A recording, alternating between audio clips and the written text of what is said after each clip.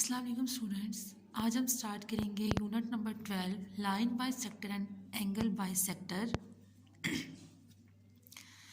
सबसे पहले हम डिस्कस करते हैं थ्योरम नंबर 1। थ्योरम नंबर 1 में कहते हैं any point on the right by sector of a line segment. इस चैप्टर का क्योंकि नाम है लाइन बाय सेक्टर, तो सबसे पहले हम देखते हैं कि लाइन बाय सेक्टर होता क्या है। ठीक है,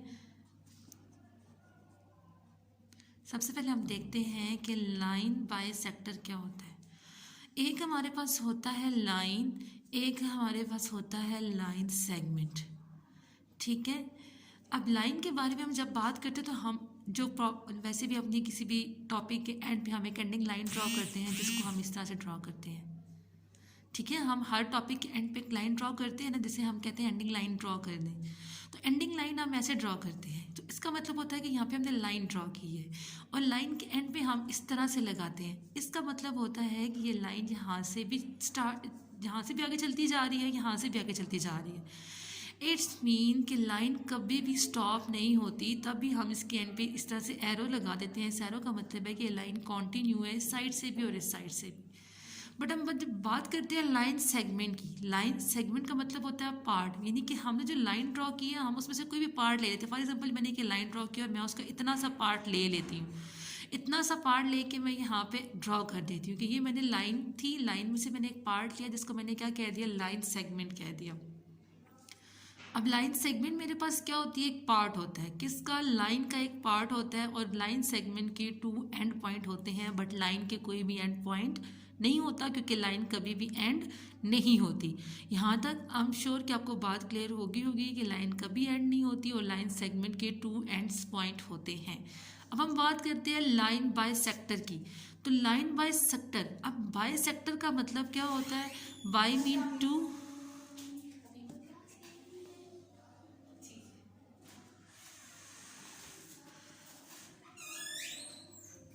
bi mean two and sector mean parts. ठीक है, बाय का मतलब क्या होता है? टू, एंड सेक्टर का मतलब क्या होता है? पार्ट्स। बाय सेक्टर का मतलब होता है कि हम किसी भी लाइन को कितने पार्ट्स में डिवाइड करते हैं? 2 पार्ट्स में। अब यहाँ पे मैं एक लाइन ड्रॉ कर रही हूँ, ये लाइन ड्रॉ की। अब इस लाइन का क्या मतलब है? जो इस लाइन बाय सेक्टर का क्या मतलब है? जो इस लाइन को कितने इक्वल पार्ट्स में डिवाइड कर रहा है? 2 इक्वल पार्ट्स में डिवाइड कर रहा है। और ये बाय सेक्टर जो होता है वो हमेशा किसी भी लाइन के साथ कौन सा एंगल बनाता है? 90 डिग्री का एंगल बनाता है। अब आपको लाइन बाय सेक्टर की डेफिनेशन समझ आ गई होगी, इसीलिए उन्होंने यहाँ पे डेफिनेशन में लिखा है right by sector of a line segment. तो राइट का मतलब होता है कि 90 का एंगल बना रहा है, एंड बाय सेक्टर का मतलब होता है कि 2 पार्ट्स में डिवाइड कर रहा है, एंड लाइन सेगमेंट। अब हमने जस्ट लाइन पे बात की, अब हम लाइन सेगमेंट पे थ्योरम में बात करते हैं। हमारे थ्योरम में कहते हैं any point on the right by sector of a line segment. ठीक है, कि हमने जो भी वर्क करना है, हमने किस पे वर्क करना है? लाइन सेगमेंट पे। तो हम सबसे पहले ड्रॉ करते हैं लाइन सेगमेंट। ठीक है, हम सबसे पहले ड्रॉ करते हैं line segment which is A B. Line segment draw की ए बी। ठीक है, और आपको पता है लाइन सेगमेंट के 2 एंड्स पॉइंट बी होते हैं।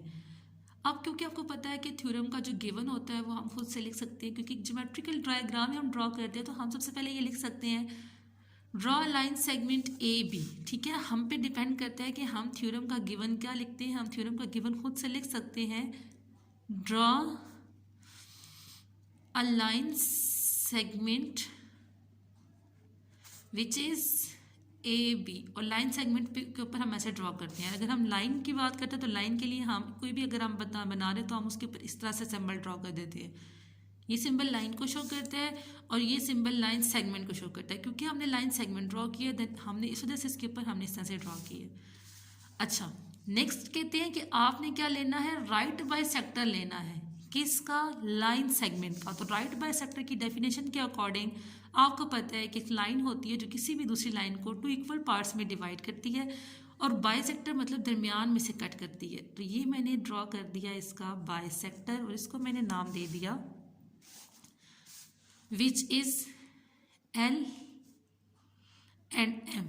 ठीक है, और कौन सा एंगल बनाएगा यहाँ पे? क्योंकि राइट बाय सेक्टर है तो एंगल कौन सा आएगा? 90 डिग्री। अब हम ड्रॉ करेंगे draw a right bisector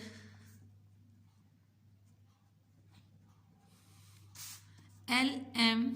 अब देखो मैंने एल एम ड्रॉ किया, एल एम के बारे में तो ये नहीं कहा कि लाइन है, ये लाइन सेगमेंट है, तो हम एक लाइन ही ड्रॉ की ना। Draw a right bisector L M. और यहाँ पे जो इसने, क्योंकि हमें पता है कि बाइसेक्टर का मतलब होता है जो किसी भी लाइन सेगमेंट को टू इक्वल पार्ट्स में डिवाइड करता है, तो यहाँ पे हम दे देते हैं नेम सी का, कि हम कहते हैं draw a right bisector L M which intersect. अब उसने इंटरसेक्ट किया, किसको इंटरसेक्ट किया, ए बी को। किस पॉइंट पे इंटरसेक्ट किया, सी पॉइंट पे। तो हम लिखेंगे which intersect A B at point C. Right राइट बाइसेक्टर के अकॉर्डिंग जो किसी भी लाइन सेगमेंट को कितने इक्वल पार्ट्स में डिवाइड करता है, टू इक्वल पार्ट्स में, तो हम कह सकते हैं कि जो यहाँ से लेकर यहाँ तक का पार्ट है और यहाँ से लेकर यहाँ तक का पार्ट है, आपस में क्या है, कॉन्ग्रुएंट है, इक्वल है। यानी कि कॉन्ग्रुएंट का मतलब होता है कि इक्वलिटी भी और सिमिलरिटी भी है। तो यहाँ पे हम देख सकते हैं कि जो मेरे पास ए सी है वो कॉन्ग्रुएंट है किसके, बी सी के, क्योंकि हमारे पास राइट बाइसेक्टर की डेफिनेशन के अकॉर्डिंग, क्योंकि वो दो इक्वल पार्ट्स में डिवाइड करता है, तो ए सी और बी सी हमेशा आपस में क्या होंगे, इक्वल ही होंगे। अब हम बात करते हैं, हमने हाफ थ्योरम की बात कर दी। आपको पता है कि थ्योरम का जो स्टार्टिंग होता है वो गिवन होता है और एंडिंग हमने क्या करना होता है, फाइंड करना होता है, प्रूव करना होता है।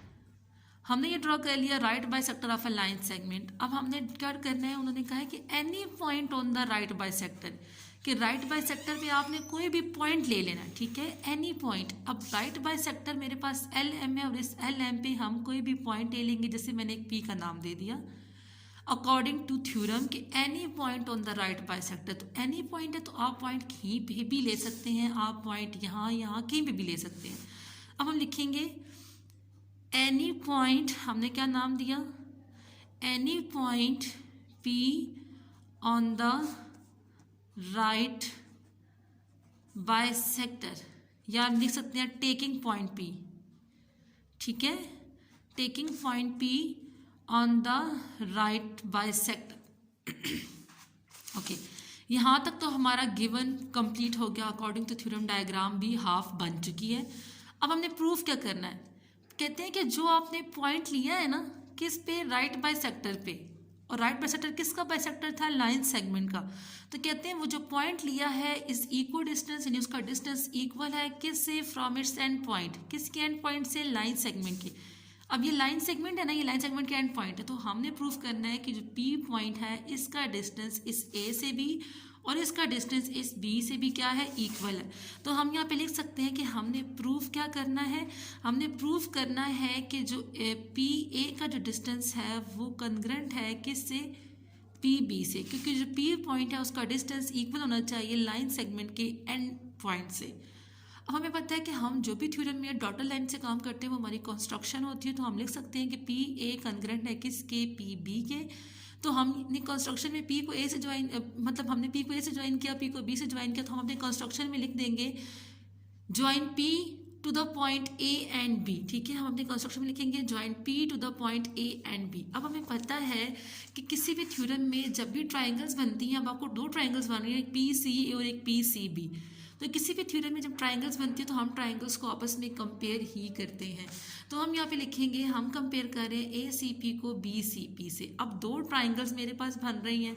सबसे पहले हमने अपने गिवन में लिखा था ना कि जो ए सी है वो किसके इक्वल है, बी सी के इक्वल है, क्योंकि बाइसेक्टर के अकॉर्डिंग। तो हम यहाँ पे सबसे पहले लिखेंगे ए सी कॉन्ग्रुएंट है किसके, बी सी के। तो ये क्या था, गिवन था। अब यहाँ पे मेरे पास सी पे कौन सा एंगल बन रहा है, 90 का एंगल बन रहा है, यहाँ पे भी सी पे कौन सा एंगल बन रहा है, दोनों ट्राइंगल्स में सी पॉइंट पे कौन सा एंगल बन रहा है, 90 का। तो मैं लिख सकती हूँ एंगल पी सी ए और एंगल पी सी बी आपस में कॉन्ग्रुएंट है। क्यों कॉन्ग्रुएंट है, क्योंकि इन दोनों के एंगल्स कौन सा बन रहा है, 90 डिग्री का एंगल बन रहा है। तो angle P A C P और एंगल बी सी पी आपस में कॉन्ग्रुएंट है। क्यों कॉन्ग्रुएंट है, क्योंकि इनमें परपेंडिकुलर बाइसेक्टर, राइट बाइसेक्टर है, और उसमें जो एंगल बन रहा है सी पे वो कौन सा एंगल बना, 90 डिग्री का। अब देखो क्योंकि हमारे पास राइट एंगल ट्राइंगल है, तो देखो दरमियान वाला जो पोर्शन है पी सी वो इस ट्राइंगल का भी पार्ट है, और पी सी जो मेरे पास है वो क्या है, इस ट्राइंगल का भी पार्ट है। तो मैं यहाँ पे कह सकती हूँ कि पी सी कॉन्ग्रुएंट है पी सी के, क्योंकि ये दोनों क्या है, कॉमन है। अब एक बात ऑब्जर्व करो, क्योंकि देखो हमने ट्राइंगल की कितनी साइड्स होती हैं, 3 साइड्स होती हैं। इधर ए है, इधर सी है, इधर पी है। हमने ये पी ए को प्रूव करना है, तो हमारे पास रिमेनिंग कौन सी दो साइड बची, ये वाली। तो हम इन दो साइड्स को आपस में कंपेयर कर लें, क्योंकि देखो हमने जो प्रूव करना होता है ना, वो हमने सबसे एंड पे लिखना होता है। अपने माइंड में ये स्ट्रक्चर बनाना है, जो प्रूव करना है वो तो सबसे एंड पे लिखना है। ट्राइंगल की जो होती हैं 3 साइड्स, तो हमारे पास ये साइड तो हमने प्रूव करी, तो पीछे कितनी साइड्स बच गई, ये और ये।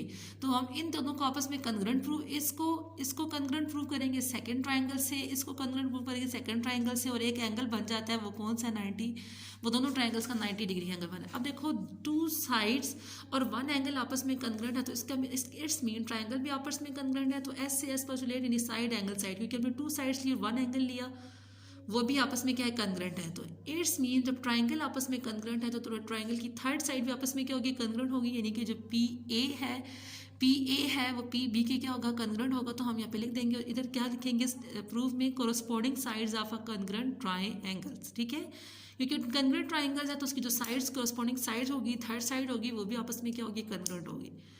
होप आपको थ्योरम नंबर 1 समझ आ गया होगा। अगर आपको फिर भी कोई इशू है तो आप मुझसे पूछ सकते हैं। ओके क्लास, अल्लाह हाफिज़।